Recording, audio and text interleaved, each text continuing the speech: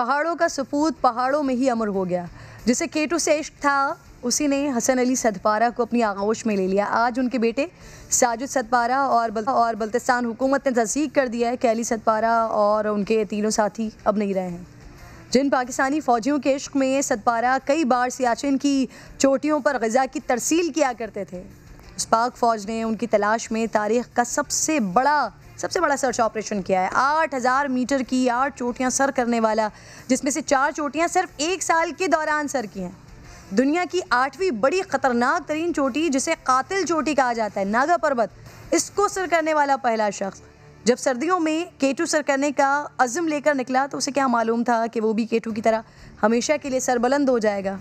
5 फरवरी को जब बॉटल नेक पर उनसे आखिरी राब्ते की खबर आई तो पूरी कौम ने दुआ के लिए हाथ उठाए कि कोई मौजज़ा हो जाए, डेथ जोन से कोई ज़िंदा वापस आ जाए। लेकिन वो जो कहता था कि मैं बर्फीले पहाड़ों में कहीं खो जाऊँगा तो भी कुछ दिन बर्फ़ में घर बनाकर ज़िंदा रह सकता हूँ। हाँ, उसने पहाड़ को ही अपना मस्कन बना लिया है।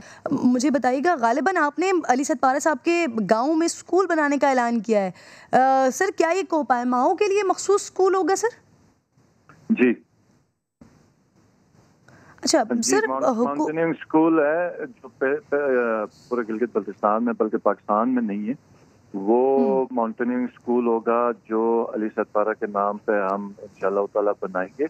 और उसकी रीज़न भी ये है कि हमारे लोगों की स्किल डेवलपमेंट नहीं है, उनकी प्रॉपर ट्रेनिंग नहीं है, जिसकी वजह से जो हमारे K2 या नागा पर्वत की भी जो समिट होती है वो नेपाल से बुक होती है। उधर उनकी ट्रेनिंग है, उनके जो पोर्टर्स हैं, फिर उनके रेट्स बहुत हाई होते हैं, तो जिसकी वजह से हमारे जो कोह पैमा है हमेशा माली मुश्किलात का दुश्वार है। और वो अब जो एक फाइनेंशियल बेनिफिट हमारी जो यहाँ पे माउंटेनियरिंग से हम जो टूरिज्म से हम कमा सकते हैं वो नहीं कमा पा रहे थे। तो हमारे लिए इसके लिए ये हमने सोचा हुआ था कि ये एक स्कूल बनाए। तो अब ये हम चाह रहे हैं कि ये इंशाल्लाह ताला अली सदपारा के नाम पे हम डेडिकेट करें। ठीक है खुर्शीद साहब, हुकूमत उन्हें और साजिद सदपारा को सिविल एजाज़ात से नवाजेगी, लेकिन सर क्या आप उन्हें K2 सर करने का सर्टिफिकेट भी देंगे? जी, ये आपका जो क्वेश्चन है बिल्कुल अपनी जगह पर ठीक है, लेकिन हमारे पास इस वक्त कोई इसकी ऑथेंटिसिटी नहीं है कि हम दे सकते हैं या नहीं दे सकते। और चीज़ ये कि आज से पहले भी किसी ने सबमिट किया है तो उसकी कभी भी गवर्नमेंट ने कोई सर्टिफिकेशन उसकी इस तरह की नहीं है कि हम इसके लिए हमें सर्टिफिकेट देने की जरूरत होगी। बॉटल नेक से वो क्रॉस कर गए थे, साजिद ने देखा था, वो भी उनका भी कहना यही कि उनका ख्याल है कि ऊपर वो क्रॉस कर गए थे। अब ऊपर गए नहीं गए और वापसी पे ये हादसा हुआ है, लेकिन ज्यादा जो ख्याल है वो यही है कि समिट के बाद जब वापस आ रहे थे तो तब इनके साथ कोई हादसा पेश आया। तो सर्टिफिकेशन जो है, सर्टिफिकेशन गवर्नमेंट ने आज तक जो भी सबमिट हुई है उनकी कोई सर्टिफिकेशन गवर्नमेंट की तरफ से या कोई इस तरह का प्रोसीजर नहीं है। जो सबमिट करते हैं उनकी अपनी वीडियोस और पिक्चर्स आती हैं जिसके ऊपर मेरा ख्याल है कि उनका वो डिक्लेयर होता है कि वो हुआ। तो ये एक सर एजाज़ी सर्टिफिकेट तो हुकूमत गालिबन दे सकती है सर?